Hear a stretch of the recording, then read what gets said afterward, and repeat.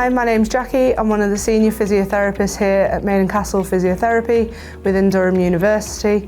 Today we're going to do a presentation on concussion, the signs and symptoms, the graduated return to play, and signposts where to find additional resources.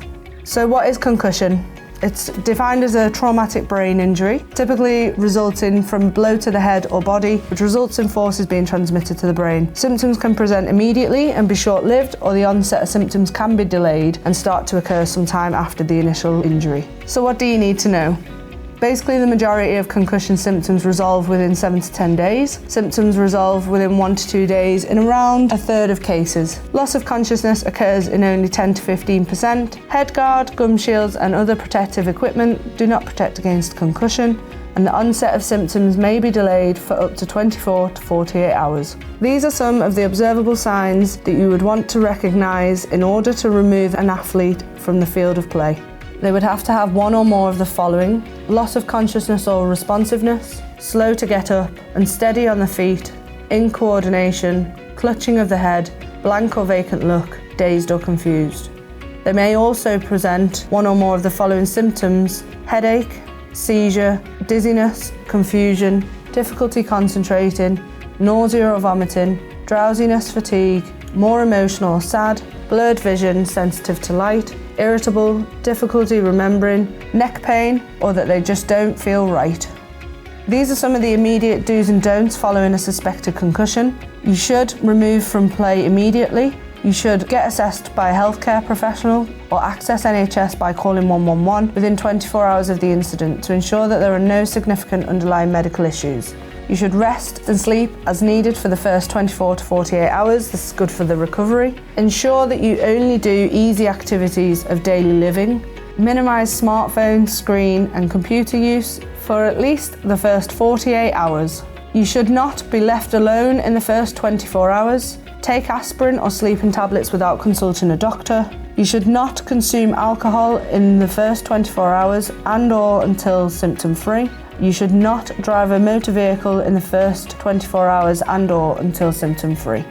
So when should you seek medical advice? Although it's unlikely, there is a risk of developing complications. So if you experience any of the following signs and symptoms in the few days after, you should go to the nearest emergency department. These include loss of consciousness, new deafness in one ear or both ears, loss of balance or problems, weakness in one arm or both arms or legs, vomiting, clear fluid coming out of the ears or nose, increase in disorientation, problems understanding or speaking, blurred or double vision, inability to be woken, bleeding from one or both ears, fits, seizures or passing out suddenly.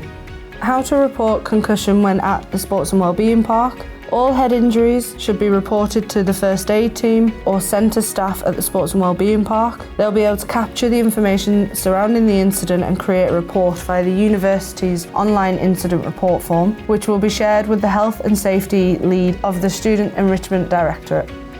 When away from the Sports and Wellbeing Park, you must complete the away day injury form, which can be found on the following URL or by contacting Team Durham staff. Information will be collated by the Team Durham President and shared with the Health and Safety Lead of the Student Enrichment Directorate. Concussion may have an impact on your ability to do everyday tasks and your ability to concentrate. Therefore, contact your college support team and academic department to make them aware of your head injury at the earliest opportunity.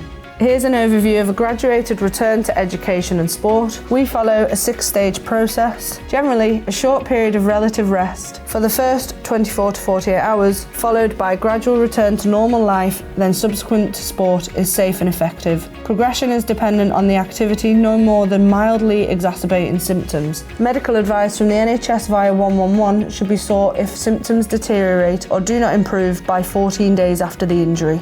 Those with symptoms after 28 days should seek medical advice via their GP. Participating in light physical activity is beneficial and has been shown to have a positive effect on recovery after the initial period of relative rest. Focus on return to normal daily activities, education and work in advance of unrestricted sporting activities. You should be symptom-free at rest for 14 days before considering returning to full training. Return to sport no earlier than day 21 after the first signs of concussion. Here's an example of a graduated return to play. Stage 1, relative rest period, would be 24 to 48 hours. Here we should take it easy, just walk, read and some easy daily activities, provided your symptoms are no more than mildly increased. Minimise activity to 10 to 15 minute blocks, and phone or computer screen time should be kept to an absolute minimum to help recovery. Stage 2 is return to normal daily activities outside of school or work. For a return to education, increase in mental activities through easy reading, limited television, games and limited phone and computer use. Gradually introduce school and work activities at home. Advancing the volume of mental activities can occur as long as they do not increase symptoms more than mildly. For a return to physical activity, after 24 to 48 hours relative rest, gradually increase light physical activity, increase moving around the house, short walks, chores, briefly rest if the activities more than mildly increase symptoms. Stage 3, increase in tolerance for thinking and light aerobic exercise. This would typically take place around week 1 to 2. For a return to education, once tolerating normal daily activities, begin adding home-based school or work-related activity, longer periods of reading or paperwork in 20 to 30 minute blocks with brief rest following. Discuss with the school or employer about returning part-time, time for rest or breaks, or limited hours each week from home.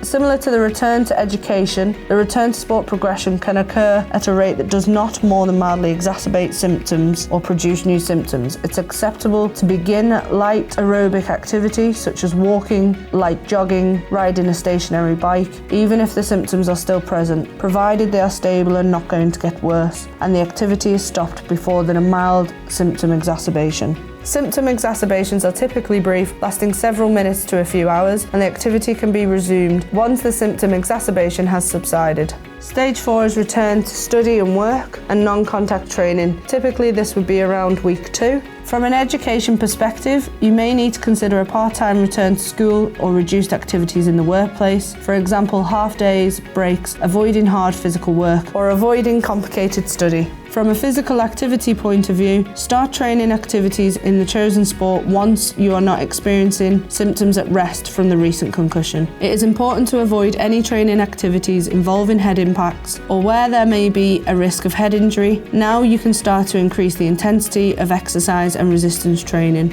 Stage 5 is the return to full academic or work-related activity and unrestricted training activities. Unrestricted training activities typically not before week 3. From an education point of view, return to full activity and catch up on any missed work. From a physical point of view, when free of symptoms at rest from the recent concussion for 14 days, you can consider commencing training activities involving head impact or where there may be a risk of head injury. Recurrence of concussion symptoms following head impact in training should trigger removal of the player from the activity.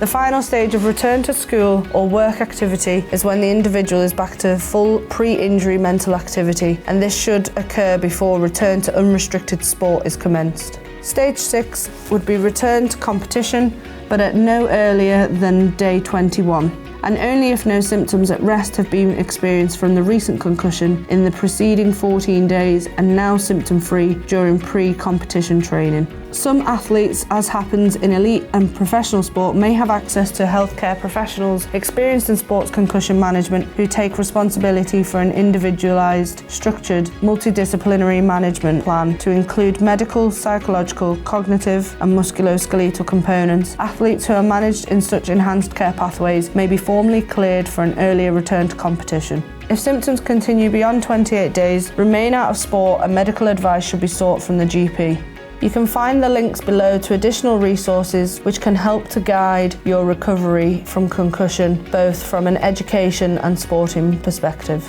The England Rugby head case link is useful for guiding return to play, especially for those in contact sports. The bottom link is the up-to-date government guidance on how to manage a concussion and focuses on the "if in doubt, sit it out" mantra for grassroots sport. If you need to contact us, the Maiden Castle staff will be available on the numbers below, which will also be available on our website. Thank you for listening through the presentation. Although not exciting, this information can be really important to get you back in shape and get you back playing as quickly and safely as possible, and reduce any long-term risks or prolonged symptoms.